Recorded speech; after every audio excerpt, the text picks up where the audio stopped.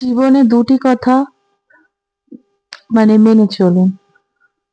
অন্যের উপকার করতে না পারলে অপকার করবেন না।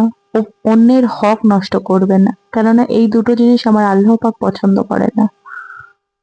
এই দুটো কাজ জীবনে করবেন না। ৩ টি জায়গায় আমাদের চুপ থাকা উচিত। ১, যদি খুব রাগ উঠে যায় চুপ থাকো। যদি পুরো ঘটনাটা না জানো তাহলে চুপ থাকো। ৩, যদি আপনার চুপ থাকায় আপনার সম্পর্কটা বেঁচে যায়, তাহলে সম্পর্কটা যদি অটুট থাকে তাহলে চুপ থাকুন। আল্লাহকে খুশি করার সহজ ৬টি উপায়। ১, সঠিক সময়ে নামাজ পড়া। ২, মানুষকে কষ্ট না দেওয়া। ৩, হাসি মুখে দান করা। ৪, যৌবনকালে ইবাদত করা বা গোপনভাবে ইবাদত করা।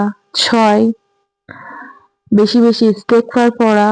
৭, মানুষকে সম্পূর্ণ সৎ মনে ক্ষমা করে দেওয়া।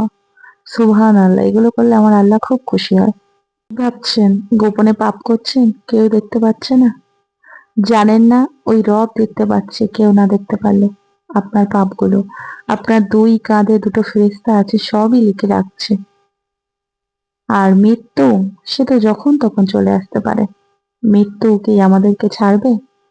গোপনে পাপ করেন না, খোলামেলা পাপ করেন না। আল্লাহ পাকের কাছে, আল্লাহ পাকের রাস্তায় ফিরে আসি আমরা। আল্লাহ পাক আমাদের সবাইকে হিদায়াত দিক। আলহামদুলিল্লাহ।